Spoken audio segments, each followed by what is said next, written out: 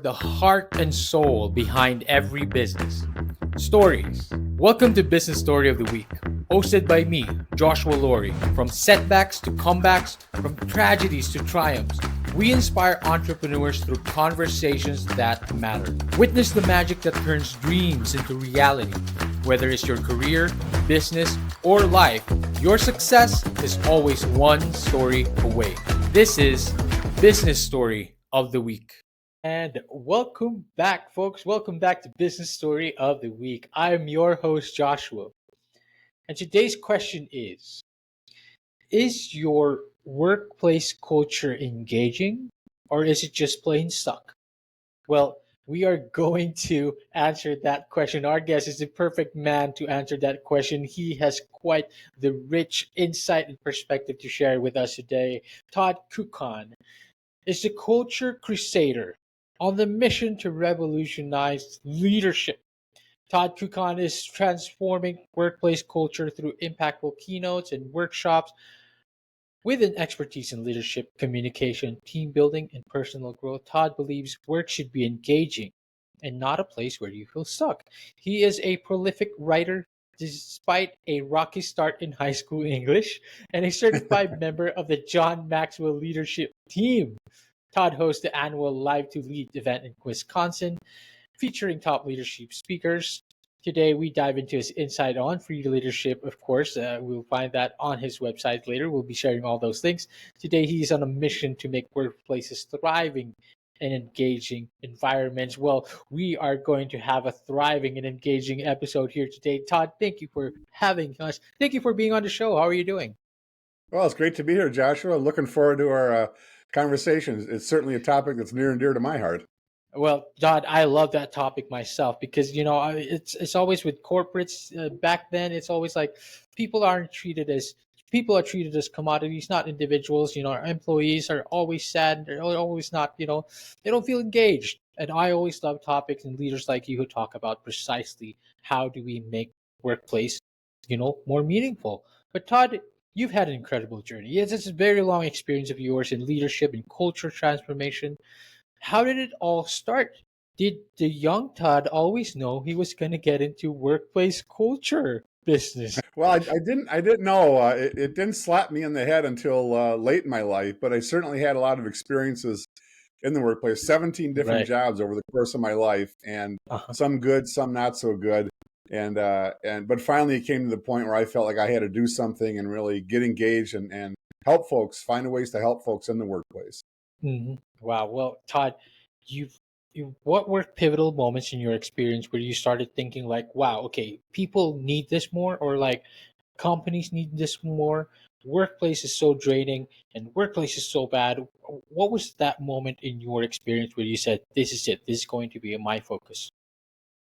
I got involved with the John Maxwell team. A friend of Mhm. mine came to me at my workplace. I used to head the Chamber of Commerce and said, "Hey, we've got this leadership program. We'd like to have you help us promote." We traded some tickets for a membership. I went to the event, and it really opened up my mind to what the Mhm. possibilities are and the positivity out there. And then I went to one of Maxwell's conferences, his International Maxwell Certification Conference, and was around 3,000 positive people for 3 or 4 days, and it just really lit me up in terms of not only the content, but just the spirit, the positivity, and the possibilities. Wow. And finally, I talked to a good friend of mine, and we were, I was kind of going back and forth on whether I wanted to make the step into doing this full time. And Mhm. he said, "Well, whose dream do you want to live?" And that one really hit me Wow. right between the eyes. And I decided I wanted Wow. to live my dream and Mhm. and go into a full time entrepreneurship. And I've been doing Right. it for almost 3 years now. Wow. First of all, that's a beautiful dream to have. I mean, why not, right? It's a great dream, and it's beautiful even more that you are living that dream right now. But why workplace culture, Todd? Why in particular? Did you have very significant experiences where workplace was so horrific that you felt a passion to get into this particular niche? Well, yes, absolutely. There are four in Mm, particular. mm, One of them, for example, the please. I was across the hall from one of the leaders, and she called me into her office and berated me about the fact that the popcorn that was being cooked in the microwave, she didn't appreciate that order. And Whoa. thinking, if that's all you have to worry about, running an institution with 1,000 people and 10,000 students, I said, there are some issues here. Oh And man. also, there and other situations very similar to that. Leaders who just were overbearing, over demonstrative, Mhm. pushy, and I'm like, you don't need to be that. We're people. We're all human beings, and let's not treat, as you said, you use the word commodities. I think that's a great word. People are Mhm. not commodities. People are people. They come into workplace every day to do the work. Sometimes they come in with junk that's happened in their own lives. They've had Of course. issues, family, whatever, and that workplace and life overlap. But just seeing how people were treated in the workplace, that really ignited the fire for me. Why do you think it was so bad? Or why do you think do you feel like it's improved lately? But why do you think, the culture has always been like people are just commodities, we're not individuals. What set off that culture and why is it still so alive today, that bad workplace culture, so to speak? Well, I think businesses, and they do need to pay attention to the bottom line, but they get so engaged in the numbers, they forget about what's being done to make those numbers happen. And those are the That's it. people that are working in that workplace. One of the best lessons I got, if you're familiar with the Culver's restaurant franchises, they're across the country now. They were developed right here in my state of Wisconsin. And the CEO spoke at an event that I had, and he Uh-huh. said, the customer is not number one. The employees are number one. Because if Hmm. you treat and train your employees right, they will take good care of your customers. And that was another kind of a quote or moment that really lit me up too. In that, yeah, you have to take care of your employees because they will take care of the customers. And we've all been Wow. in restaurants, right? Where we've had good service, bad service, the auto Hmm. shop, retail Hmm. stores, wherever. And you can tell almost the moment you walk in whether or not those people are getting the kind of leadership training and it's the kind of culture that they need to really develop into good employees and make a difference. That's it. And I feel like it really starts from the top, right? It's how these people are being treated by those at the top and what values they carry. And if they don't have those values, then how are you going to be treated this differently or better? Because this is something that you talk about a lot. You talk about the importance of core values in leadership, right? Can you explain to us a bit about these core values? What are these core values that you've identified, and how have they influenced your approach to leadership and workplace culture? Core values are essential to what I do in terms of my workshops, my keynote speaking, but more Hmm. importantly, they're central to who I am. And I Hmm. went through an exercise along my journey again with a small group of people, a mastermind of sorts. And we went Hmm. through an exercise over the course of an hour where we took over 100 words and through some different questions and conversations and thoughts and whittling down, we ended up with our 5 core values, those things that are really important to me. And mine Hmm. are optimism, trust, honesty, enthusiasm, and teamwork. The most interesting thing, though, that happened during the course of this exercise was what people were willing to share about themselves and about each other. Yes. A couple of weeks prior to that, we were complete strangers, but we're in Oh, this mastermind. We're beginning to trust each other, and people are sharing things, and some tears are wow. shed. Not that tears have to be shed, That's but people were really engaged in this. And so yes. I thought, well, this is amazing. Imagine what could happen in the workplace. And those are some of the things I Yes. do in the workplace. I work with companies and their teams or individuals on developing their core values because it is so critical and so important. And people are willing to share. Wow, We that's we think beautiful. that people don't want to share their challenges in life, and they do, and that's part of the journey. And when you bring your life into work and your work into life, having those conversations about your values, I think, are really important. And I think it's also quite important the same way with employees and the people that the workplace and the individuals, they also want to share, right? They have values of their own. They have things that are important to them. So it feels like I love that you've had this experience and you felt like, wow, that's a great way to kind of practice as well. Like people are willing to share, and why not allow individuals as well to share these same values, especially in the workplace? What do you think are the biggest challenges when it comes to the current workplace culture? And what are the biggest parts that need to be improved? I think sometimes you kind of touched on it in regards to leadership. I think sometimes the leadership, the C-suite, as we're calling them, they're Mhm. reluctant to go into a lot of leadership because they feel they're letting go or they're giving something up or something might happen because Interesting. they maybe not have complete control. I've gone into companies and created culture teams, representatives of all the different departments, ages, genders, race, ethnicity, whatever, bringing those people together to really help the leadership team understand what the employees are looking for. Not a hostile takeover, not anything along those lines, but just making sure having those conversations between the leadership and between the people that are out doing the work in the organization. And that's really what it comes down to is those conversations. Obviously, you need to have some focus. Certainly, we've had some great conversations.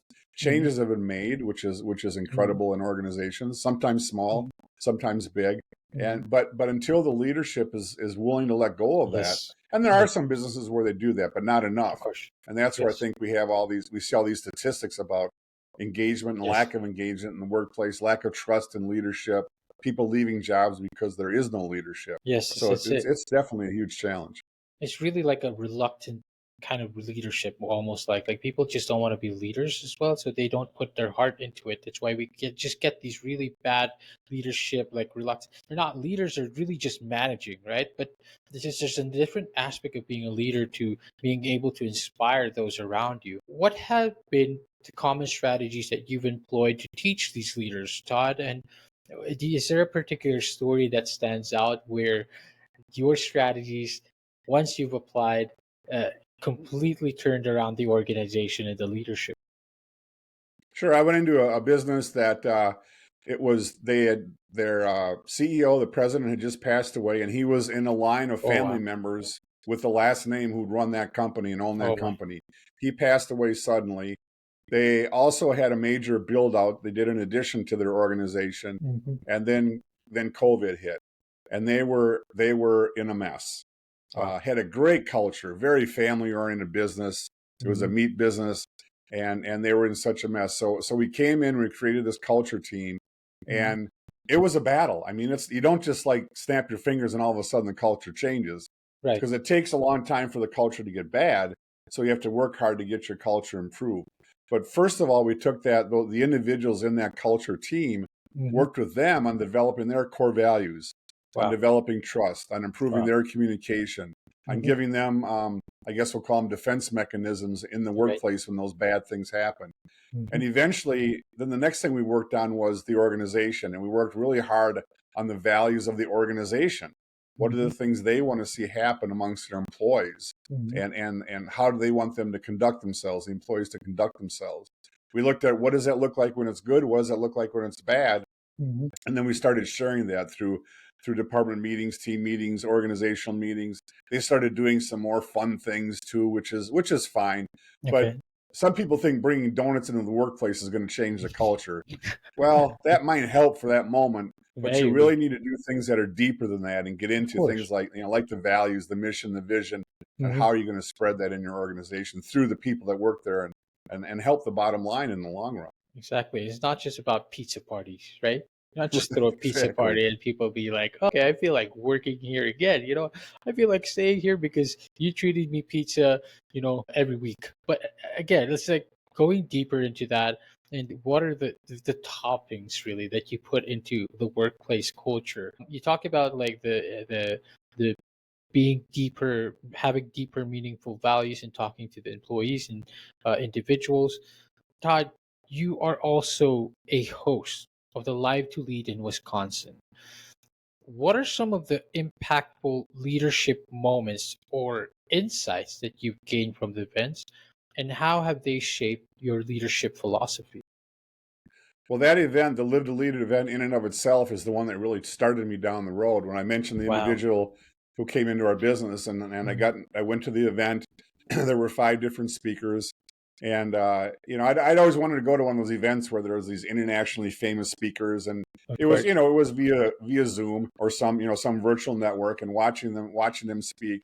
And John Mhm. Maxwell spoke and he talked about a couple things. He said he was at that point, I think he was 72 maybe, Whoa. and he said, I have not accomplished everything I want to accomplish in my life as a leader. So there's so much Mhm. more work I need to do. And I'm thinking, holy cow, I've done nothing compared to him. I got a lot of Whoa. catching up to do. And then the second thing he talked about was, he has a part of his organization. He'll take volunteers into a company to train those leaders who in turn train others in their company, Hmm. right? So it's really multiplying their impact of leadership.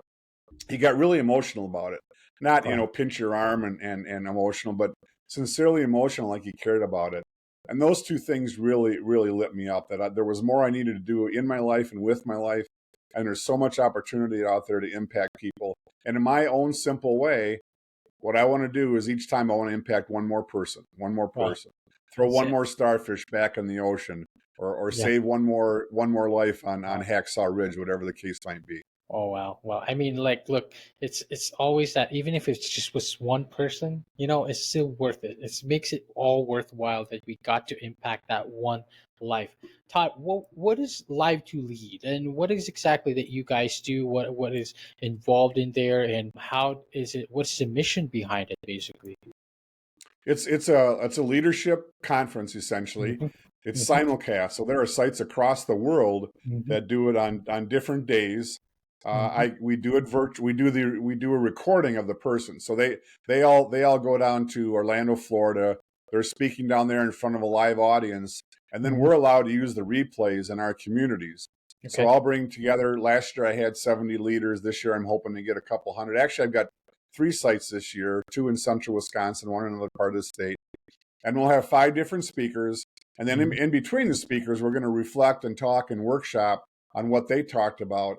And also some of the things that I do, like working on core values, working on building trust, working on Hmm. expanding your comfort zone, all Hmm. those different. We'll do some activities in between. So it's some great speakers, it's some great workshop, and a Hmm. great way. And so throughout the day, they'll be doing this, and they'll walk out really with the start of a great leadership development plan. What are the things that each of us can do as an individual to change when we walk out the door? So I love that. it's not just it's not just fluff. It's you're gonna think, you're gonna learn, I you're gonna love that. interact, you're gonna discuss, you're gonna meet new people, you're gonna network. So a lot of different aspects for the day. I love that it feels like you're constantly impacting the quality of leadership and improving it, in many different ways, and big and small. What do you feel is the current situation or the current status when it comes to an overall leadership quality everywhere else? What is your experience? Do you feel like it has gotten better throughout the years? Do you feel like there's more awareness now? And when it comes to workplace culture, has it also improved significantly?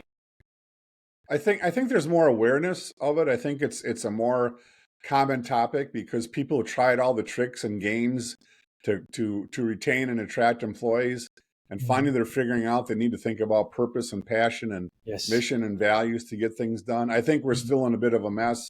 The fact Mhm. we're in a political year hasn't helped Of because course. up until the assassination attempt quite some time ago, Mhm. people were very uncivil. I'll hold some confidence, but I think we're probably going to get back to that. And I think that incivility is really an issue. Matter of fact, I'm part of the Society for Human Resource Management, SHRM, Wow. Wow. and the statistics they show about incivility in the workplace, because we don't allow people to talk about politics or religion in the Yes. workplace, and therefore it becomes a bad thing because we don't know how to handle it. I think Yes. more businesses should talk about it, figure out ways to allow their employees or show their employees that there are civil ways that we can Yes. have conversations with each other and show that respect and listen, pay attention, take responsibility, all That's those it. different aspects of communication. That's it. I love that. I love that you use the election year as an analogy because woo, what a doozy, right? But it's also reflecting that we need more values. We need to listen to people a bit more. We need to kind of put ourselves a lot out there. I love how he said everyone has used all the tips and tricks and it's not working. Maybe we should listen to people. Maybe that's something that we Yeah, need to yeah, change here. I love that because it feels again, they're not people are individuals. They probably had a bad day. Maybe they just needed to be listened to. People people probably just want to work. People want to make a living, right? But if we always constantly treat them as if they don't have their own problems, they don't have their own lives to deal with, then we're just going to be churning out kind of like a meat grinder, a corporate meat grinder, where it feels like no one's just feel fulfilled, no one feels meaningful. Todd, if there was one advice that you can give to make more workplace more meaningful for the individual and for the leader, what would it be? Well, here's a simple thing. When you walk down the hall in your office or in your building, your facility, wherever you work, Uh-huh. and you walk by and say, "How are you?" Stop and wait for an answer. How many times do we walk by, "Hey, how are you?" "Good, how are you?" And you walk by each other, and that's it. And Of those course. little, and that's part of the challenge with the remote workplace. We don't get those meetings in the Yes. hallway where we can engage Yes. with somebody for just a little, just a minute or two. You don't have to Mhm. have a 15-hour conversation about something, but just that minute or two. And if you see somebody's head down, Mhm. maybe you're in the break room.